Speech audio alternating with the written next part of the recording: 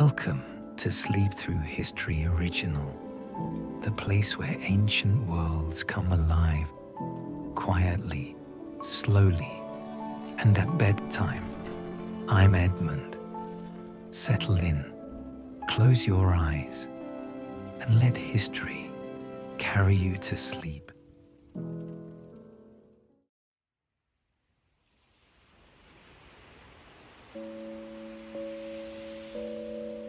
There is a city in northern Ukraine where the clock stopped. Not metaphorically, literally. Beneath it, a plate sits on a table, still holding the ghost of a meal never finished. A child's shoe lies on its side by the door. A book is open, face down, on a couch. Someone was reading it. Someone put it down. Someone meant to pick it up again. They never came back. Outside that apartment, the wind moves through empty streets. It pushes through broken windows. It curls around the rusted skeleton of a Ferris wheel that never completed its first season. The paint has peeled from the bumper cars. The swimming pool is dry. The schoolrooms are full of gas masks, spilled from their boxes like dead insects. This is Pripyat, a model Soviet city, built for 49,000 people, built to showcase the bright nuclear future. Built 3 kilometers from what was, in 1986, one of the most powerful nuclear power stations on Earth. On the night of April the 25th, 1986, the people of Pripyat went to bed. Some of them had plans for the weekend: a wedding, a football match, a fishing trip to the river. Spring had come late that year, but it had finally arrived, and the apple trees along Lenin Avenue were beginning to blossom. By the time those blossoms opened fully, the city would be empty, and the world would never look at the atom the same way again. This is the story of the worst nuclear disaster in human history, not told from a textbook, not told from a graph, told from the ground, from the control room, from the hospital bed, from the rooftop where men shoveled radioactive graphite with their bare hands, from the basement where 3 men walked into water that glowed. This is the story of Chernobyl, and it begins with a test.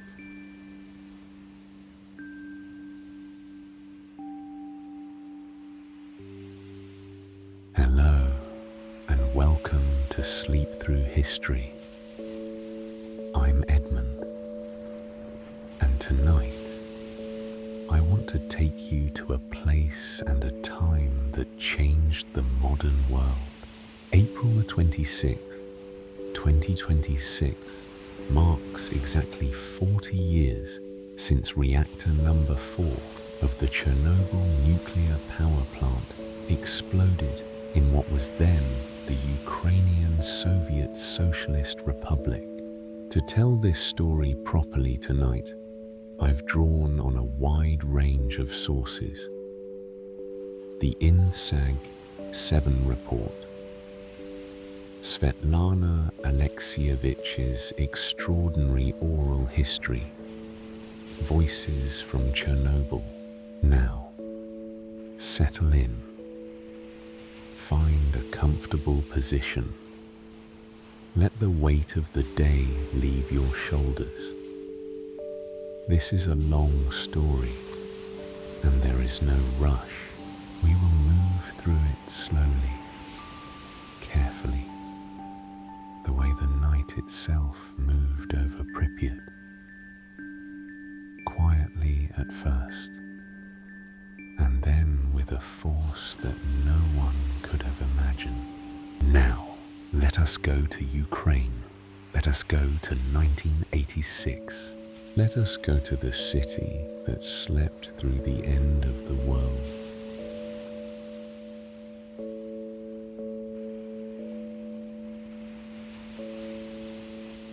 Chapter 1. The city that slept through the end of the world.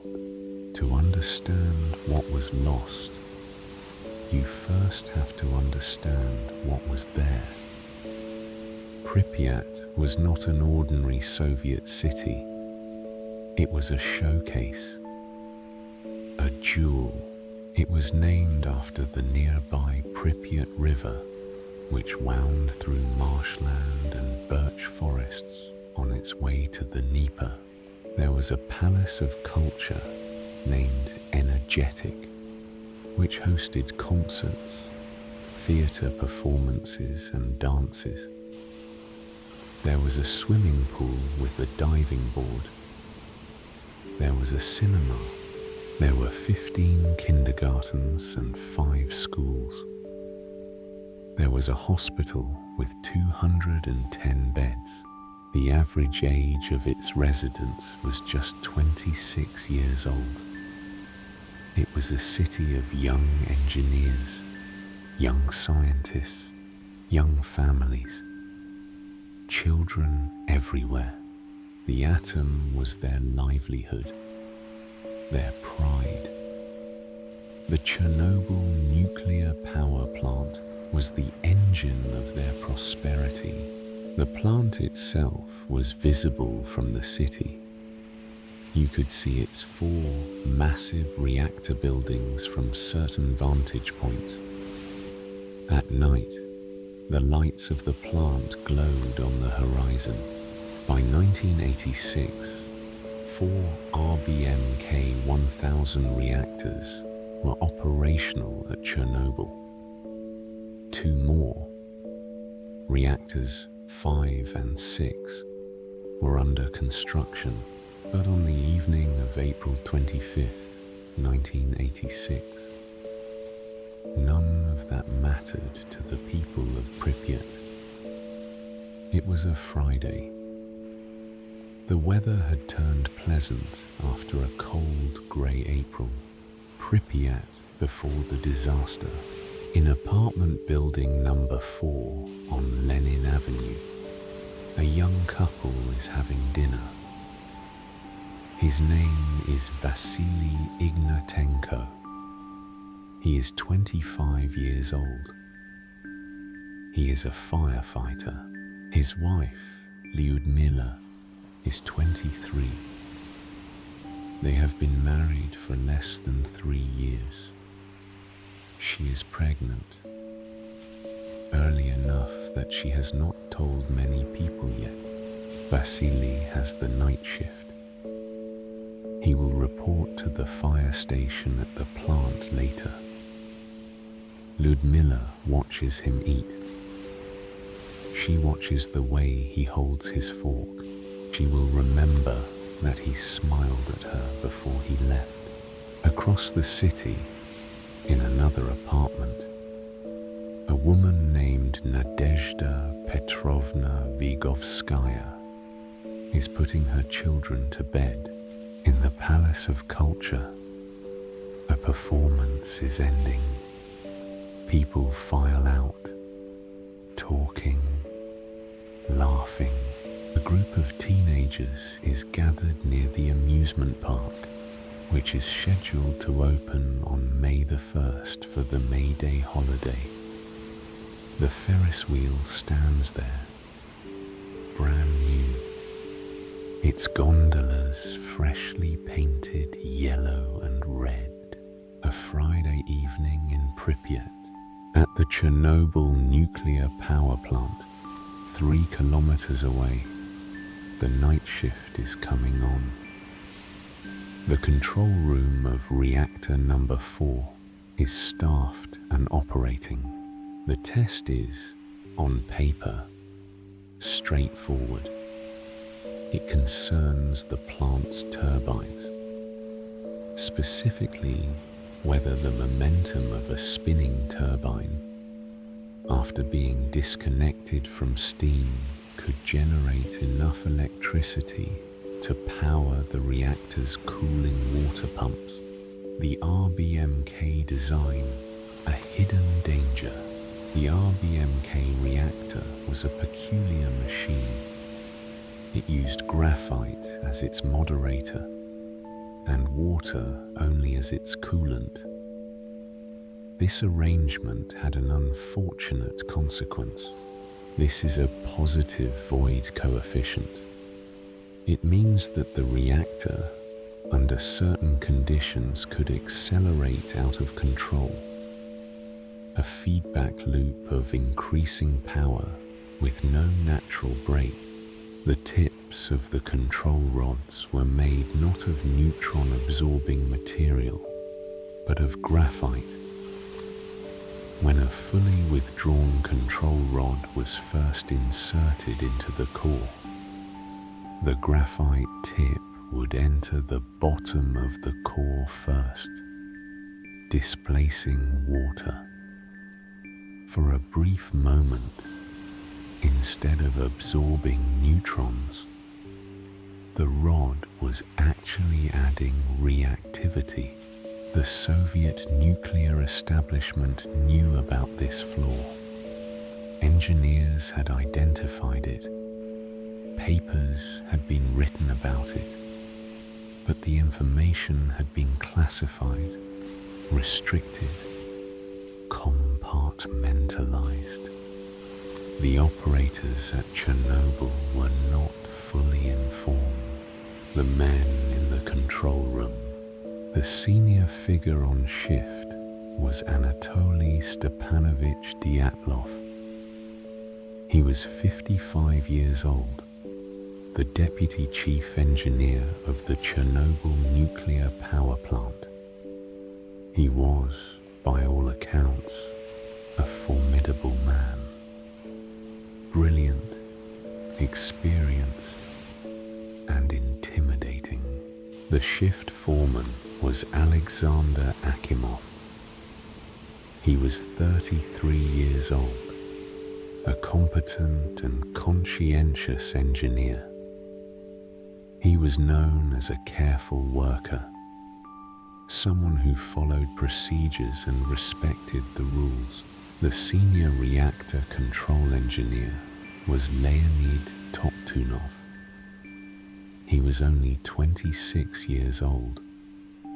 On this night, he was responsible for the moment-to-moment operation of the reactor, the experienced authoritarian, the cautious foreman, the young operator. 3 men, 3 temperaments, 1 machine, a system that rewarded obedience and punished dissent. A system in which questioning a superior was not merely uncomfortable, but potentially career-ending. In the control room of reactor number 4, the instruments glowed. The dials pointed. The reactor hummed. The test was about to begin, and outside, in Pripyat, the city slept. Mothers slept beside their children. Old women slept in their narrow beds. The apple trees stood silent along the avenues. The Ferris wheel waited in the dark. It was just past midnight. April 26th had begun. Chapter 2. 1:23 a.m. The test that destroyed everything. The sequence began long before the explosion.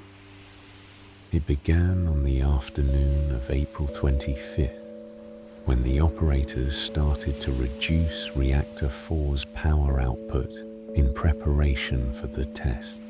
The electricity grid controller in Kyiv telephoned and asked the operators to keep generating at this level. The grid needed the power.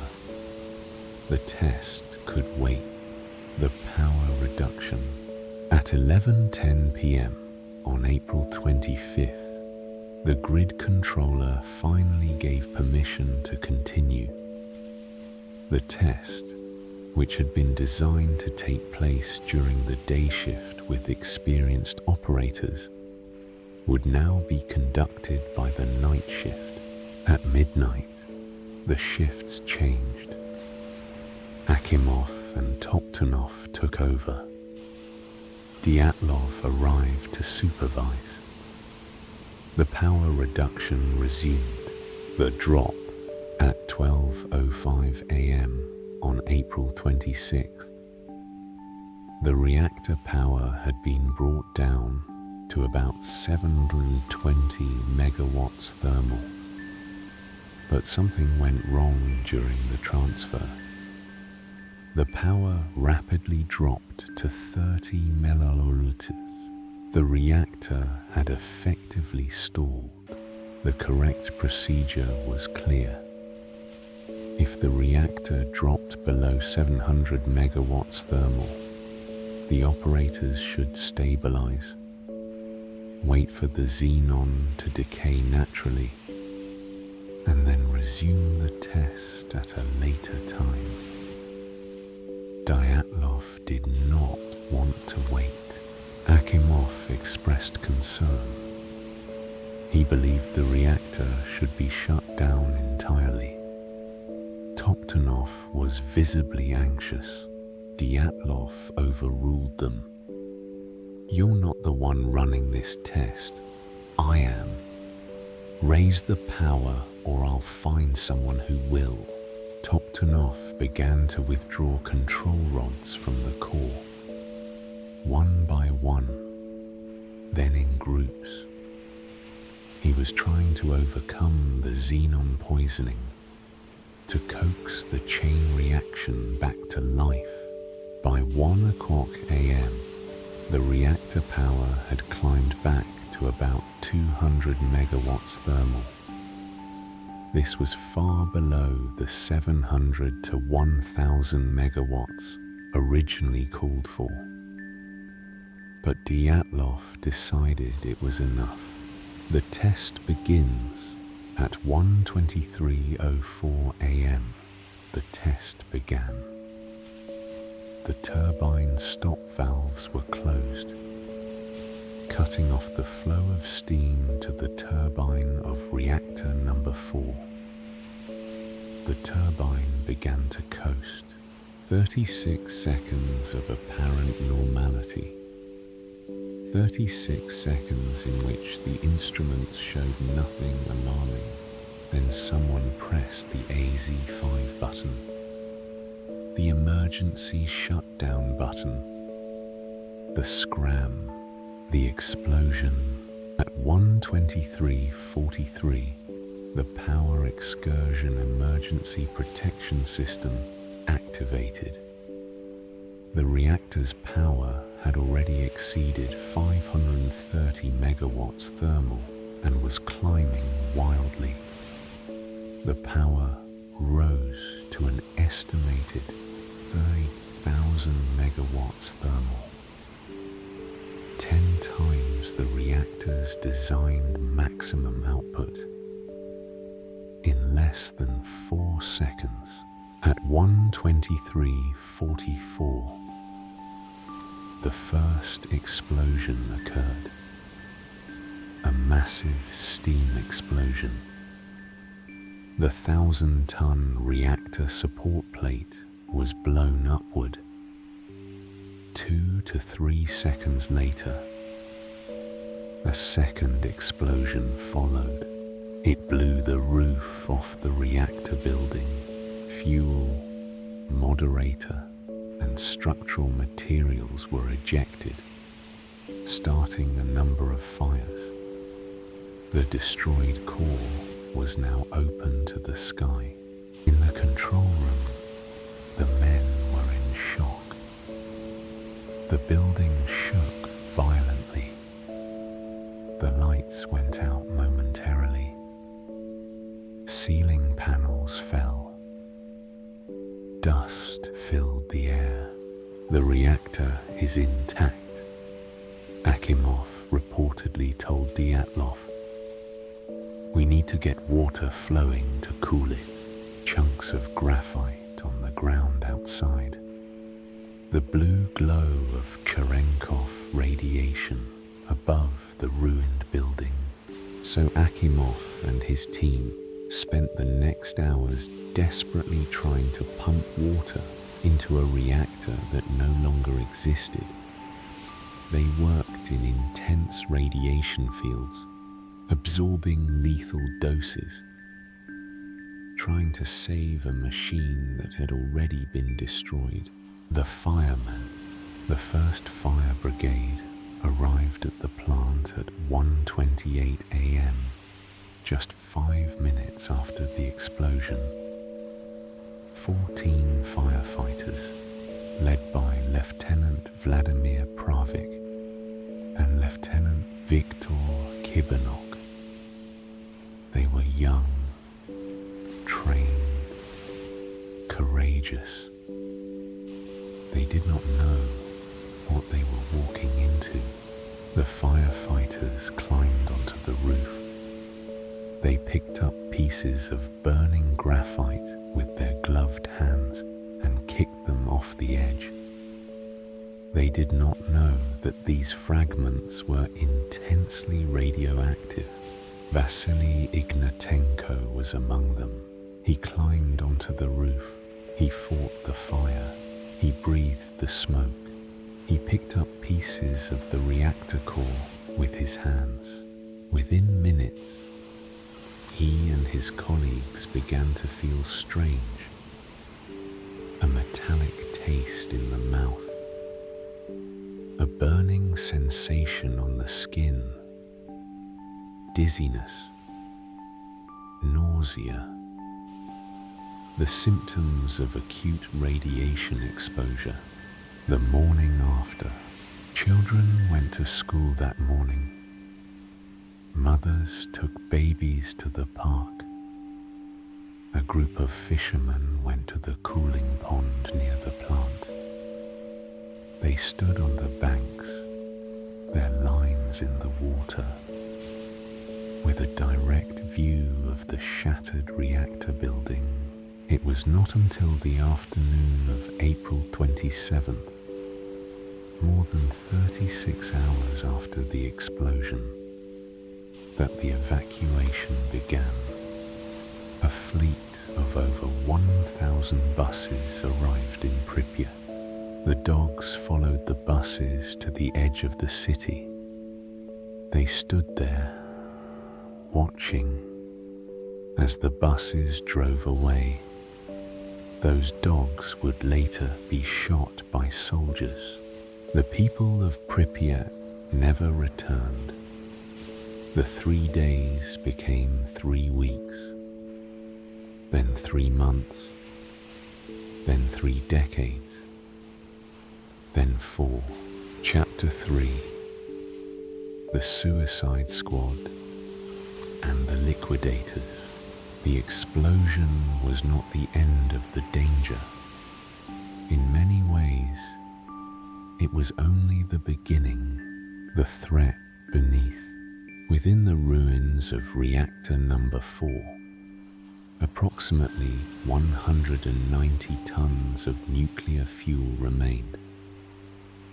A churning, molten mass of uranium dioxide, zirconium, sand, concrete, and graphite that would later be given the name corium. If the molten core burned through the concrete floors and reached that water, the result would be a second steam explosion. Some estimates suggested that such an explosion could have rendered much of Central Europe uninhabitable for generations. The water had to be drained. and the only way to drain it was to open the sluice gates manually from inside the flooded basement in water that was highly contaminated with radioactive material. This was not a job for a machine. It was a job for human beings. The 3 volunteers. Their names were Alexei Ananenko, Valery Bespalov, and Boris Baranov. They volunteered. They understood the risk. And they went. They suited up in wetsuits and improvised protective gear. They were given a single underwater flashlight. They entered the flooded corridors beneath the reactor building. You are wading through water that comes up to your waist, then to your chest. The water is warm, heated by the radioactive material dissolving in it. The darkness is almost total. You can hear the ticking of your dosimeter, the sound accelerating as you move deeper. Somewhere above you, through layers of cracked concrete, the remains of a nuclear reactor are still burning. You find the valves. Your hands are shaking, but you find them. You open them. The water begins to drain. You turn around. You walk back out. This mission was successful. The suppression pools were drained. The feared second explosion never occurred. The 3 men emerged alive. What they did was extraordinary. They walked into a flooded, irradiated basement beneath a destroyed nuclear reactor. In the dark, knowing that the consequences could be lethal, they did it because it needed to be done. The battle for the roof. The explosion had scattered radioactive debris across the rooftops of the buildings adjacent to Reactor 4. Chunks of graphite, fragments of fuel assemblies. This debris was intensely radioactive. Some pieces were emitting thousands of roentgens per hour. Remote-controlled robots were brought in, but the radiation levels were so extreme that the robots' electronic circuits quickly failed. So the Soviets turned to the only machines that could still function in such an environment. Human beings. They were called, with dark Soviet humor, bio-robots. Each man was given a homemade suit of lead sheeting. They were briefed. Run out onto the roof, pick up a shovelful of debris, throw it over the edge into the reactor crater and run back.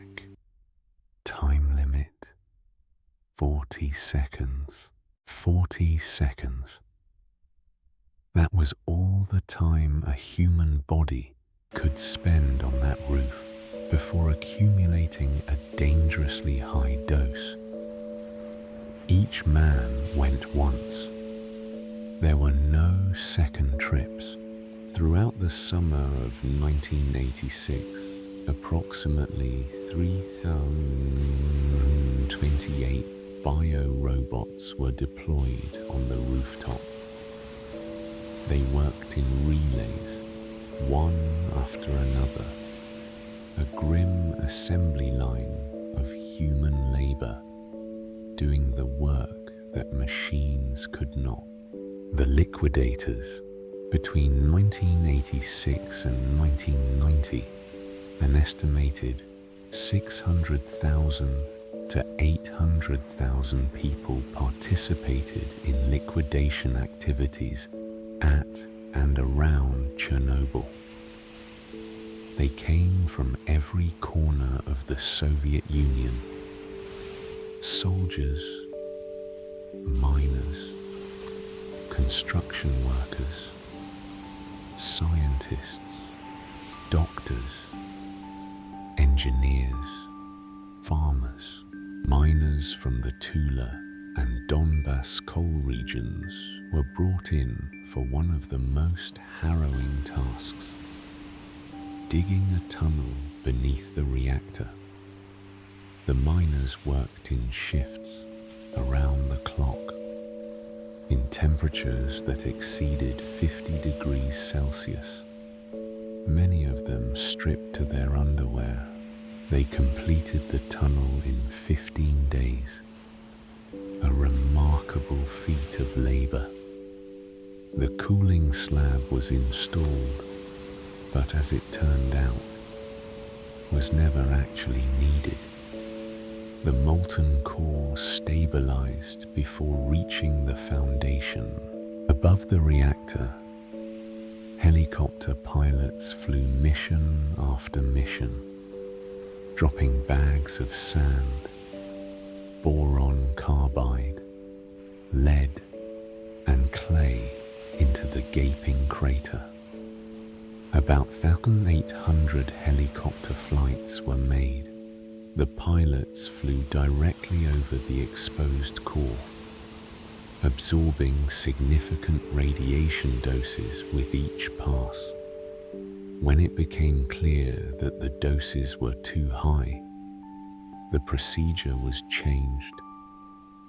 The materials were dropped while the helicopter was in motion. The sarcophagus. The decision was made to entomb Reactor 4 in a massive structure of steel and concrete, a structure that came to be known as the sarcophagus. The construction began in May 1986 and was completed in November of that year, just 206 days after the explosion. The sarcophagus was never meant to be permanent. It was a stopgap, a bandage over a wound that was too large and too dangerous to treat properly. Cracks appeared almost immediately. The human cost, Vasily Ignatenko, died on May 13th, 1986, 17 days after the accident. He was 25 years old. His wife, Lyudmila, held his hand.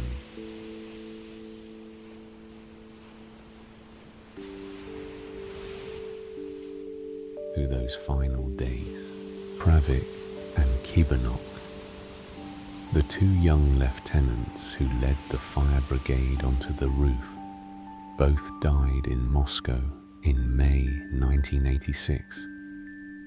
They were posthumously awarded the title Hero of the Soviet Union, and the Liquidators, those 600,000 to 800,000 men and women who were sent to clean up the mess, have, as a group, suffered disproportionately.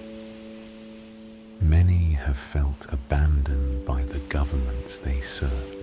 Survivors have described a feeling of being marked, of being contaminated not just in body but in social standing. Chernobyl people became a category, a label, a reason for discrimination. Chapter 4. Glasnost and the lie that killed the Soviet Union, the cover-up. When Reactor 4 exploded, the Soviet system's first instinct was not to warn. It was to contain. not the radiation, the information. On April 26th, the day of the explosion, the Soviet news agency TASS said nothing. Soviet television said nothing.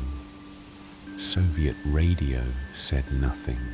It was the Swedes who broke the silence. On April 28th, workers at the Forsmark Nuclear Power Plant in Sweden detected unusually high levels of radioactivity.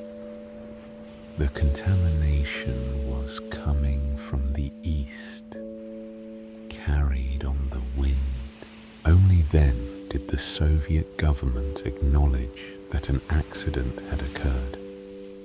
The initial statement was 14 seconds long. Meanwhile, in Kyiv, the May Day parade went ahead as planned on May the 1st. Hundreds of thousands of people, including children, marched through the streets while a radioactive plume drifted overhead. Legasov and the truth. Into this machinery of denial stepped one of the most complex and ultimately tragic figures of the Chernobyl story, Valery Alexeyevich Legasov. On April 26th, Legasov was appointed to the government commission. He arrived at the site on the first day and would spend the next several months there. In August 1986, Legasov was sent to Vienna to present the Soviet Union's account of the accident to the International Atomic Energy Agency. He was remarkably, almost recklessly, forthcoming, but back in Moscow, he was viewed with suspicion. He had said too much. He had embarrassed the nuclear establishment. He knew that the reactor design itself was fundamentally dangerous and that the operators had not been informed of the risks. He knew that other RBMK reactors were still operating across the Soviet Union with the same design flaws. On April the 27th, 1988, the day after the second anniversary of the Chernobyl disaster, Valery Legasov hanged himself in his apartment in Moscow. Before his death, he had recorded a series of audio tapes, the so-called Legasov tapes. They became a kind of testament, the confession of a man who had seen the truth and been destroyed by it. Glasnost and the cracks in the empire. When Mikhail Gorbachev became General Secretary in March 1985, he inherited a system in deep trouble. He introduced two concepts: perestroika, restructuring, and glasnost, openness. Then Chernobyl happened, and glasnost collided with the Soviet system's deepest instinct: secrecy. Chernobyl demonstrated, in a way that no speech could, the lethal consequences of a system built on lies. In Ukraine, Chernobyl became a rallying point for nationalist sentiment. The Ukrainian people began to see themselves not as partners in the Soviet project, but as its victims. Gorbachev himself later described Chernobyl as a turning point. The nuclear meltdown at Chernobyl was perhaps the real cause of the collapse of the Soviet Union. The trial. On July the 7th, 1987, the Soviet state put 6 men on trial for the Chernobyl disaster.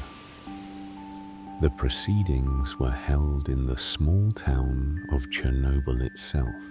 Dyatlov, despite being severely ill from radiation exposure, was defiant throughout the trial. He maintained that the reactor's design flaws, not operator actions, were the primary cause of the accident. Bryukhanov received a sentence of 10 years. Fomin received 10 years. Dyatlov received 10 years. It was a political verdict, handed down by a system that needed scapegoats. Akimov and Toptonov were not charged. They were already dead. They died in Moscow in May 1986. Their consciences tormented by the belief that they had done something terribly wrong. They still did not know the truth about the reactor's design, the atom's long shadow. For the anti-nuclear movement, Chernobyl was vindication. Public opposition to nuclear power surged across Europe and North America. For the nuclear industry, Chernobyl was a crisis that demanded response. Safety standards were overhauled worldwide. The RBMK design was modified. International cooperation on nuclear safety was strengthened. For the people of Ukraine and Belarus, Chernobyl was a wound that never fully healed. Hundreds of thousands of people were displaced. Communities were scattered, and for the broader culture, Chernobyl became a symbol of technological hubris, of the dangers of unchecked state power, of the gap between human ambition and human fallibility. The chain of events that led from Chernobyl to the fall of the Berlin Wall in 1989 to the dissolution of the Soviet Union on December 26, 1991, is not a straight line. But Chernobyl is part of that chain. History has been kinder to them than the Soviet system was. Akimov and Toptonov are remembered now not as villains, but as men who were placed in an impossible situation by a system that valued obedience over safety and secrecy over truth. And the question of how we govern our most powerful technologies, how we balance their benefits against their risks, that question is as urgent now as it was on the night of April 26, 1986.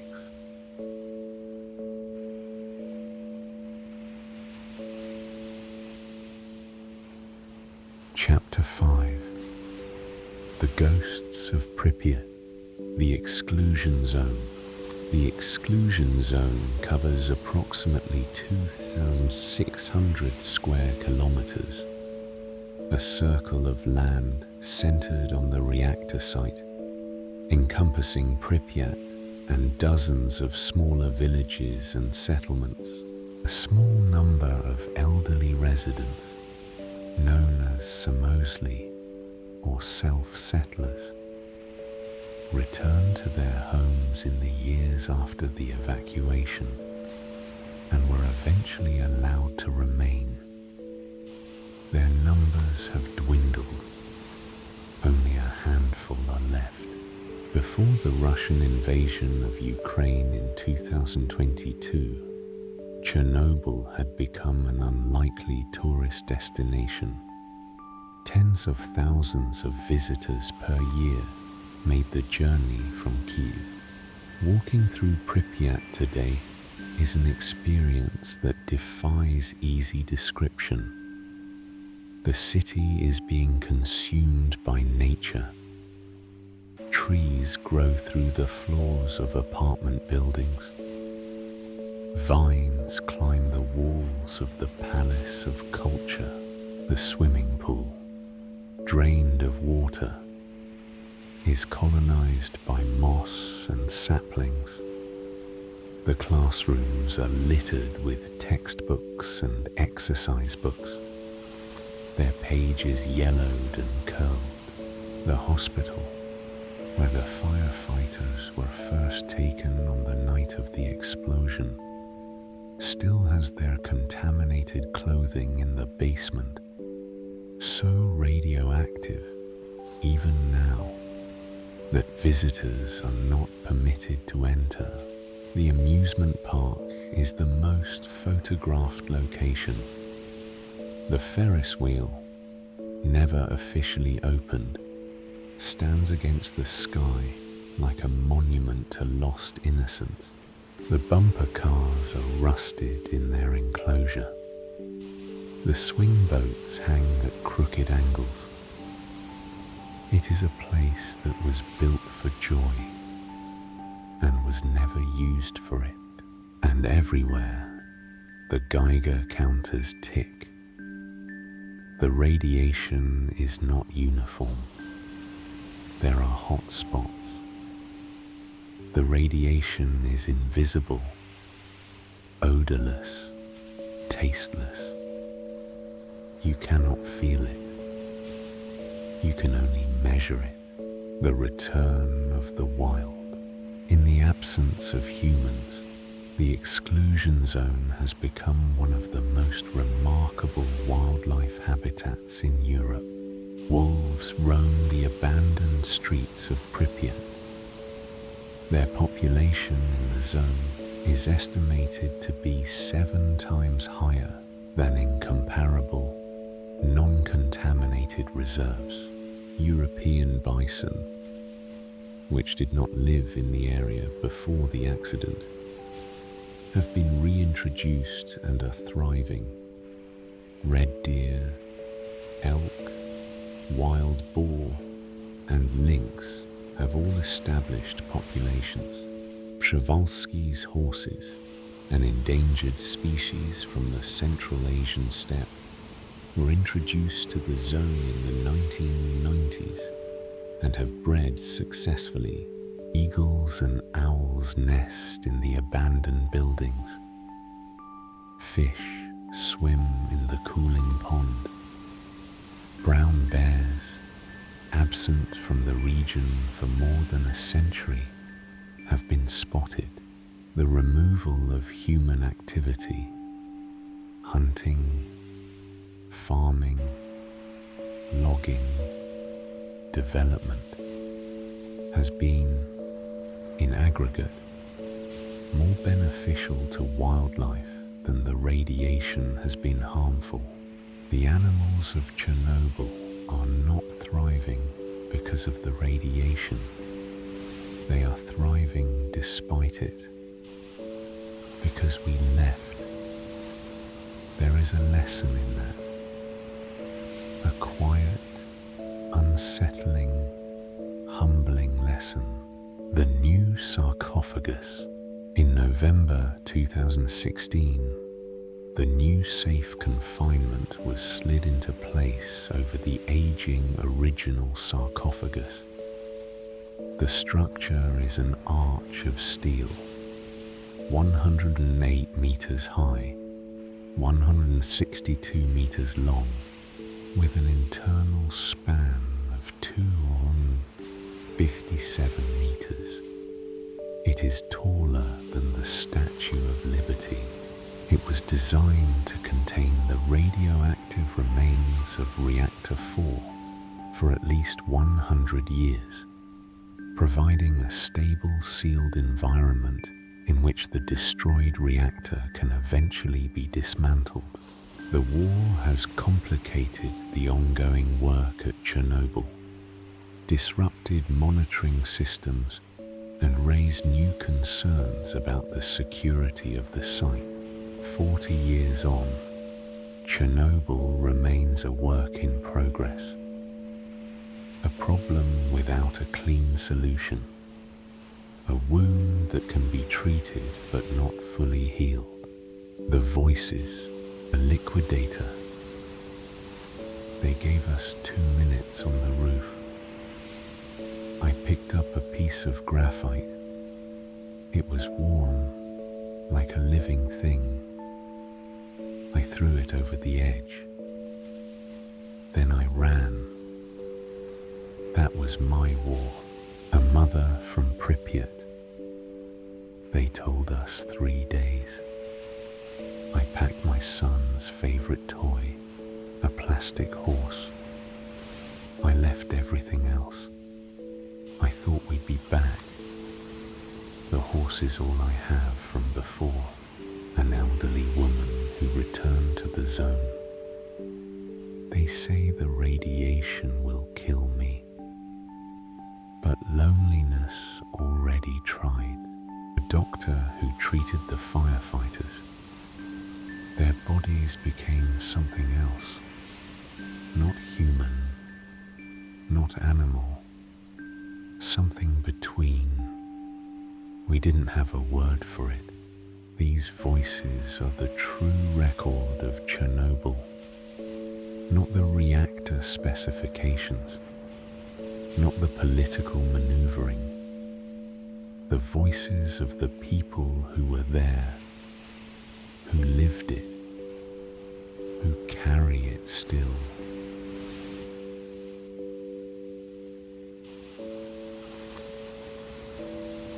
Chapter 6. Chernobyl is forever. 40 years. April the 26th, 2026 marks the 40th anniversary of the Chernobyl disaster. Around the world, commemorations are being held. In Kiev, an art and technology exhibition titled Chernobyl, 40 years later, is being staged. In Germany, the Federal Office for Radiation Protection has organized an international poster campaign called Nuclear Scar, Past, Present, Future, because the questions that Chernobyl raised have not been answered, not fully, not finally. Are we safe? Can we trust the systems that govern our most dangerous technologies? The question, who do you hold responsible for Chernobyl? Dyatlov, the authoritarian deputy chief engineer, Akimov and Toptunov, the operators who obeyed, the designers who knew about the flaws and kept them secret, the system itself, or is responsibility too diffuse to pin on any individual? Is Chernobyl the product not of a villain, but of a culture? A culture in which small compromises accumulated until the margin for error had been entirely consumed. The human thread. In the end, Chernobyl is not a story about reactors. It is a story about people. It is about Vasily Ignatenko, who kissed his pregnant wife goodbye and climbed onto a roof that was raining fire. It is about Lyudmila, who held his hand as his body dissolved. It is about Akimov and Toptunov, who died believing they had failed, not knowing that the failure was not theirs. It is about the 3 men who walked into the flooded basement, Ananenko, Bespalov, and Baranov, and the thousands of biorobots who shoveled graphite in 40-second shifts. It is about the miners who dug in their underwear, the pilots who flew over the open core, the soldiers who shot the pets, the bus drivers who carried 49,000 people away from their homes. It is about Valery Legasov, who told the truth in Vienna and then could not live with the truth he had not told. It is about the Samosli, the old women who crept back through the checkpoints to die in the homes where they were born. It is about the children who played in the parks of Pripyat on the morning of April 26th, not knowing that the air they breathed was already killing them. These are not abstractions. They are human beings, each one with a name, a face, a history. 40 years on, the Ferris wheel still stands in Pripyat. The wolves still howl in the empty streets. The dosimeters still tick, and the atom still burns. Quietly, invisibly, in the ruins of Reactor 4. The corium lies where it solidified, a mass of radioactive lava, slowly cooling over centuries and millennia. It will be dangerous for tens of thousands of years. Chernobyl is forever, and yet, in the spring, the apple trees of Pripyat still blossom. The birds still sing. The river still flows. Life, stubborn and irrepressible, continues, not because the danger is gone, but because life does not wait for safety. It insists. It persists. It finds a way. Perhaps that is the most profound lesson of Chernobyl. Not that we are fragile, though we are. Not that our systems can fail, though they can. But that even in the wake of our worst mistakes, something endures, something green, something breathing, something alive. Epilogue. We have traveled a long way tonight. We began in a city of 49,000 people on a warm spring evening where the apple trees were blossoming and a young firefighter kissed his wife goodbye. We passed through the control room at 1:23 in the morning. We stood on the rooftop where soldiers shoveled radioactive fire. We descended into the flooded basement where 3 men opened the valves that may have saved a continent. We listened to the silence of a government that chose secrecy over its people's lives. And we watched as that silence cracked the foundation of an empire. Chernobyl is many things. A disaster, a warning, a graveyard, a wildlife sanctuary, a political catalyst, a monument to human courage and human failure, often in the same breath. But above all, it is a reminder. The most dangerous thing in the world is not the atom. It is the lie. We remember them, and in remembering, we promise, or we try to promise, that we will do better. Thank you for spending this time with me. I'm Edmund, and this has been Sleep Through History. Sleep well. History will be here when you wake up.